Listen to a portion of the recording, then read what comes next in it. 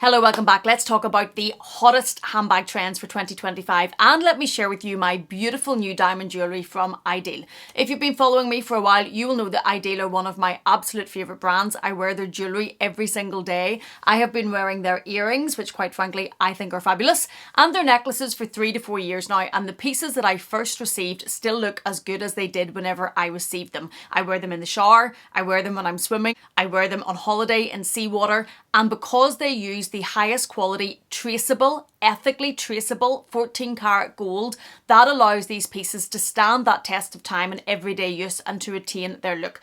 They also produce the highest quality lab-grown diamonds. This is a family-run business. The family grew up in Antwerp in Belgium, which is immersed in the history of diamond making, and what they have done is pulled those age-old traditions and craftsmanships, merged them with modern, ethical, sustainable, environmentally friendly technologies to produce the highest quality lab-grown diamonds. Lab-grown diamonds are not a knockoff. They are not fake. Lab-grown diamonds are exactly the same as mined diamonds, save for their origin. They look the same, they have the same qualities, they have the same characteristics, and personally I wear mined diamonds and lab-grown diamonds every single day, and I cannot tell the difference. What lab-grown diamonds does for me is allow me to wear pieces of jewellery that I simply could not afford if I was to try and find the same piece of jewellery in a mined diamond version. Because Idyl produces modular jewellery, this allows you to mix and match and buy the pieces that work for you. It allows you to express your own personality and your own individuality. For me, I will very rarely wear a pair of earrings together. I will generally always have two different types of earrings on at the same time,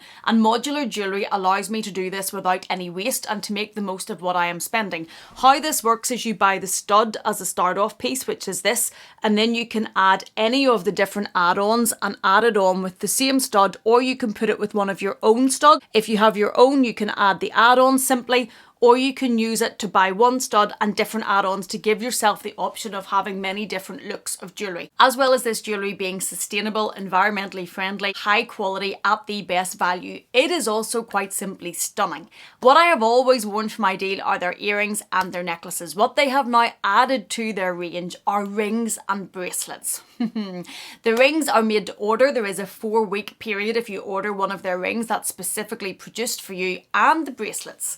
What I have received from them, oh my goodness, they are beautiful. They come in beautiful packaging, they are extremely giftable. They also often come with freebies thrown in, and then the jewellery itself is quite simply stunning. These bracelets they're just beautiful. I have taken off my other bracelets so as I can show you these on their own, but I intend to add them in and wear them with my stack. Each of these is gold. You can choose between gold, rose gold, or white gold. I went for the yellow gold, and I think this is they're just so beautiful. If you like to be a bit dramatic like me, let's be honest, I'm not understated. These types of pieces where they have the gold right up and down your ear, or they have the very dramatic piece hanging from your ear, is stunning. They also have pieces though, if you like a more understated look. If you were to wear one of these on its own, it's going to be more understated, and they do have add-ons that will be just quite not just as in your face as the pieces that I love to wear.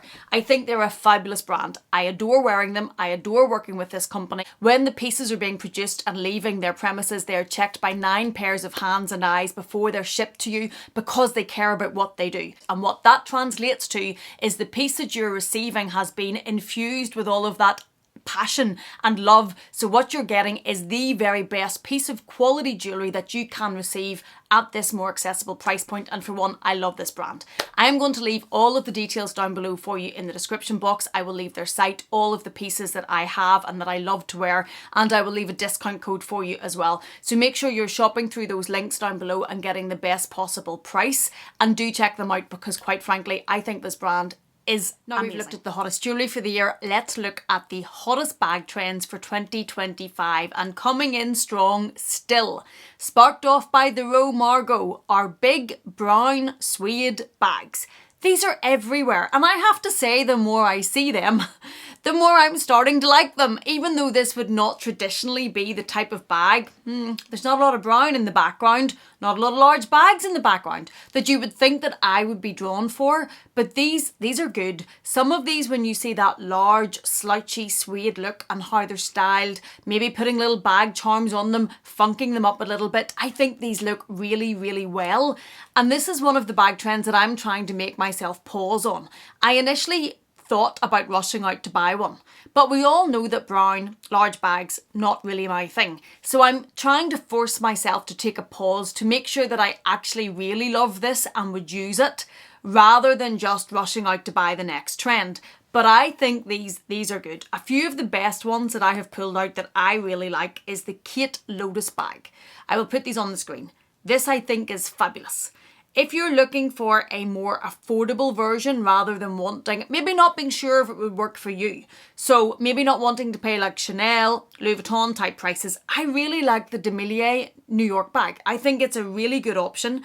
The price of it is not bad. It's more contemporary pricing than it is luxury pricing, and I think it is a really beautiful version of this bag. I also really like the Prada large buckle suede bag with belt. It's quirky. Quirky appeals to me. I like the belt detail. I like the suede detail. I really do like this. I think this is a good option, but it is obviously a much more expensive version. This one is $6,000. But these bags are staying strong whenever you look at what's coming out for this year. We can't talk about large brown suede bags without talking about the Row Margot. For me personally, this is not a bag that I really loved and think at this price point that I would be buying. I do think if I buy one of the large suede brown type bags, it will be more on the contemporary price point than it would be on the luxury price point. The Row Margot is certainly not a contemporary price point, but it is a beautiful version, and I think that the suede version that we're talking about is, in my opinion, the best version of the Margot. I think it looks really, really well. And I also really liked the Veronica Beard Dash bag. This was $648. I think it's a really good option. And I think it's a strong option if you want to look at a price point that's more accessible. Number 2 are slouchy bags. And these aren't going away either. These started to come in last year, but they're still going strong whenever we look at them. For me, let's have a look how I went for a large bag and a slouchy bag. I think this is slouchy. Certainly without the organiser. There's no organiser in this. There will need to be an organiser in this for when I use it for work, because the laptop just pulls it right down here. But I like the slouchy look of this. When I wear my Fendi baguettes, although I know not the most extreme version of a slouchy bag, but let me grab the sequins one. When I wear these, I wear them without an organiser because I like that. I like that you can basically do that chop and it slouches. I think for slouchy bags, if you're looking to add one of these, if you can chop it and it kind of goes down in the middle, that's probably a good way to know that that bag's going to fit that trend. And when I wear these, I never put liners in them, or I never put anything in them to try and make their shape. I think these look much better whenever they're slouchy. When I wear my Louis Vuitton Speedy, the P9 version, I'll grab that as well. I store this with the pillow in it, but I wear it very slouchy. I don't put any liner in it. I actually like it best whenever it's slouchy and squishy and against the body, and I think that's the best look for these. So the slouchy bag trend, I think, is staying strong this year. Let me give you some of the best options I think there are. I have a mix of contemporary and designer, and on the contemporary level, I really like the Tory Burch small Romy tote.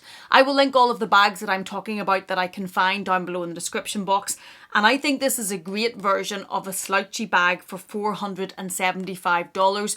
Tory Burch is a great brand if you're looking for contemporary type pricing.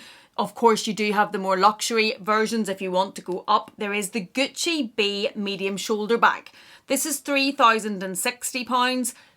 Gucci bags, generally not the bags that I go to the most, but I did really like this as a slouchy version. Louis Vuitton, obviously not to be left out. They have actually brought out a bag called the Slouchy, the Louis Vuitton Slouchy.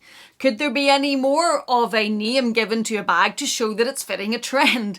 And in the MM in the canvas, this is £2,040. The Loewe squeeze, I'll grab that as well. Another version of a slouchy bag. I don't wear a liner in this. I don't keep this stuffed or padded. Obviously when there's stuff in it, you get a bit more of a shape to it, but that's slouchy as well, and I love this. I think it sits very well to the body. Loewe leather is fabulous. It's soft, it's malleable, it just sits really well. Slouchy bags are here for the while this year. Number 3, and this is a trend that I quite like, and I get a little bit of heat sometimes when I post photographs of my Birkin specifically falling into this trend, and it is stuffed messy bags. I will use my bags and stuff them. I was recently out shopping and I posted a picture on my Instagram of my Neverfull full of my groceries. I have posted pictures of the Birkin with my packed lunch in it and with bottles of shampoo in it, and people get a little bit worried for my bag. I understand, because I'm not known to being the most careful. But these messy stuffed bags, I think, are really having a moment, and it's a bit like the Jane Birkin-fying of a bag, and we're going to come to that probably in another one of these categories. But just that well-loved, well-worn look of stuffing your bag, using it, throwing everything into it, and carrying it, I suppose, as bags were meant to be used. Oh, hello.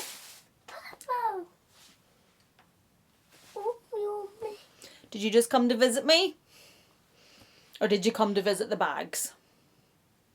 No, come to find. He's just out there now, so we'll probably hear him. But yes, messy bags that are just well worn, used, stuffed.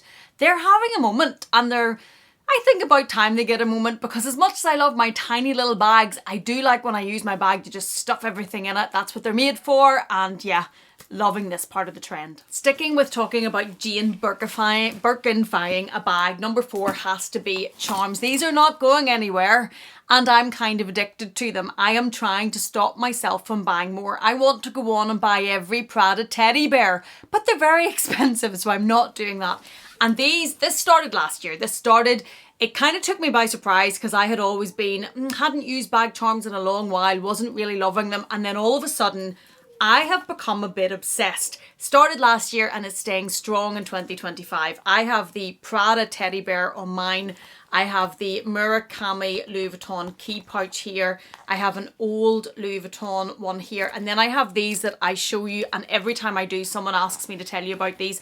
These are Vivienne inspired. They are not from Louis Vuitton, but they're obviously inspired by Vivienne. They look very much like her. I will link these in the description box because you all love them as much as I do. And these are a much more reasonable, affordable way to get a Vivienne inspired charm for your bag. I have another one on that you can see on my pink Fendi sequins as well. They're beautiful. So this charm is going nowhere. If you think it's childish and immature, yes, it probably is, but I'm loving it. I actually think when we look at the P9 Speedy, which is a very expensive bag, I think all of these make it better. I think they elevate this bag, and I love the look of them. And this trend, not going anywhere. Number 5, and these have always been around, obviously, but I think a trend for 2025 are contemporary mid-ranged bags. I do think, I'm not going to say it's the death of luxury and luxury's dead and we're not buying luxury bags anymore, because we know I'm going to be unboxing a luxury bag in the next however many weeks. But I do think there is a shift and a trend for more contemporary bags and contemporary priced bags. And it may not be any bad thing. If we look at the trends that I've already talked about, I have talked with you and showed you versions of these bag trends at contemporary level prices and looking fabulous. The big brown slouchy suede bag, if I get one of those, it will be contemporary. The massive oversized coin purse from Coach, I think that's fabulous. That is a contemporary brand. I have this one here from Atelier Auguste. I use this for work. It's a very easy to use crossbody black bag. Yes, see? I'm very glad Idyl are a family-run business and won't mind the constant interruptions from my youngest out there. He'll probably come back and visit us again. Yes, the Atelier Auguste bag. This is a really good option as a crossbody for work because it's not very designer and in your face, and sometimes I just want one that isn't as overtly designer. But I'm going to be honest, the vast majority of my handbag collection is not contemporary. I also have a Teddy Blake bag, which I will show you. This one, I used to use this a lot, but to be honest, since I got the little orange nano from Louis Vuitton, I haven't really used this. But I think that with the economy as it is, has to be a factor. With luxury prices as they are increasing, has to be a factor. With all of the press that a lot of these brands have had that isn't exactly going to make people be appealing to them and drawn to them, their bad press, I think that's also adding into a slight turn away from luxury. And there are stories about profits dropping. They're not pure, those brands, but there are definitely stories about profits dropping and less people shopping and buying them. And I think that, as well as the contemporary brands making fabulous options, more affordable prices, great designs, is making this become an actual trend in itself, that people are looking to these contemporary brands more than the luxury brands. And I think we're going to see a lot more of that in 2025. As well as the large coin purse from Coach, I also really like the Brooklyn shoulder bag, and I like the Lana shoulder bag, and I like the Empire carry-all bag. I think those are all great options from Coach, which is a really good brand that are going to give some of these luxury ones a run for their money. Next are Shearling bags. This has been around but is coming back stronger this year. If you look at the different pieces that are coming from these luxury houses, there is so much more Shearling, and I think that it's going to be a very strong trend in 2025. One of my favourite Shearling bags that I could find when I was researching for this was the Strathbury Mosaic Nano at £297.50. Because I'm being honest with you, if I'm going to buy a Shearling bag, it's probably not going to be Chanel or Louis Vuitton or Dior, because I live in Ireland and it rains a lot. And Shearling, shouldn't really be smelling like a wet dog. And I have 4 dogs, so I can just imagine being out in the rain and the dogs and the smell. I just don't think Shearling at designer price is really where I should be spending my money. Now, don't get me wrong, there's some of them that I see and I think I really, really want that because they look fabulous, but they are expensive for Shearling, and you just need to be aware of that. And there are some really, really good options like that Strathbury bag that are on the contemporary side. I also like the Prada triangle bag. This is $1,650. I just think this is quirky and cool in the triangle shape. In the Shearling, I think it works really well. The Gucci Jackie 1961 also comes in Shearling. I really like this. This is $3,890. That's a lot of money, but I do think it's a really good version of this. The Bottega Veneta clutch bag at $4,300 I also think is cool. I really like the Coach mirror at $495, which is a better price point for an accessible option of the Shearling. And I really like the Demilia Tokyo bag at $525. I think that is a really good option also for a Shearling bag that is really stunning and is a better price. And we have always seen Shearling coming through from Louis Vuitton, and we've seen Shearling coming through from Chanel. We've seen it again with the suede and Chanel Shearling bag this year. This, I think Shearling is going to be quite strong in 2025. Chanel have done a different number of versions of Shearling bags this year, more than they normally do, and I think it's showing strong. Next are cargo bags. I don't know if I love this trend. I don't know if I love these bags, but they are coming in as a trend in 2025. Chanel have re-released a version of an older bag of theirs that has a cargo bag with the pockets on the side. This is also coming through in other brands. You're seeing quite a lot of these cargo bags. Louis Vuitton have released the carry-all cargo, which is £2,530. The Fendi Baguette Maxi Multi-Pocket, £2,750. The Miu Miu Napa shoulder bag, £2,300. A lot of cargo bags coming through and being released, and this trend is coming in strong with the pockets and being added to the bag. I think this is one I'm probably safe on. I don't feel particularly drawn to these bags, which is good because I buy enough bags, let's be honest. But yeah, I think cargo bags, if that's your thing, there's going to be a lot of them about. And the Chanel one is very like the older Chanel bag. It's a good version. It's just not enough to tempt me, I don't think. And lastly, we cannot do a Trends of 2025 video without talking about the re-release of Murakami, which is effectively inspiring a Y2K year 2000 bags trend. These are back with a bang. Obviously, Murakami re-released and relaunched this year in January, starting with the multicolour collection. This is the white Nano Speedy from that collection. This is the re-release, whereas this is the Speedy from the original collection. I don't think it's going to matter if your pieces or what you're buying is the new collection or the originals vintage bags. I think they're going to be strong whichever version you go for. I think we're going to see a lot of these Y2K bags. Louis Vuitton are also bringing back the Cherries collection. We've also seen the Cherries collection coming in from Coach. I actually like some of the Coach bags in the Cherry collection coming back. very much year 2000 vibes. The cherry blossoms are coming back from Louis Vuitton, which I just picture Paris Hilton when I see that. So I do think those bags going back to when I was much younger in the year 2000 are coming in strong. It also gives me the image of the little shoulder bags that you used to wear under your shoulder. They were tiny little bags. I used to wear them to the discos or the nightclubs, and yeah, felt like I was amazing. Those bags I think are coming back strong. I think there's going to be a real Y2K push this year, outside and beyond. Obviously there's going to be the Murakami. I think it's going to go beyond that, and we're going to see a lot of those styles of bags coming back this year. So those are my top picks for the hottest handbag trends for 2025, and a lot of the bags that I feel fill those categories and the best versions of those types of bags, and I will link them down below in case you want to check any of them out. Also, I will link Idyl, and thank you to Idyl for sponsoring the first part of the video. I love their jewellery. I just think it's so striking and beautiful. It's so wearable. It stands the test of time. I cannot say enough good things about this brand. I think they're fabulous. I will also leave all of their details down below for you in the description box. Thank you so much for watching this. If you've enjoyed it in any way, please do consider giving it a thumbs up. If you haven't yet, please do consider subscribing. And if you're not done with me yet, I'm going to leave another video for you to enjoy. Thank you so much for being here. Thank you for watching me. Please take care, and I will see you again in the next one.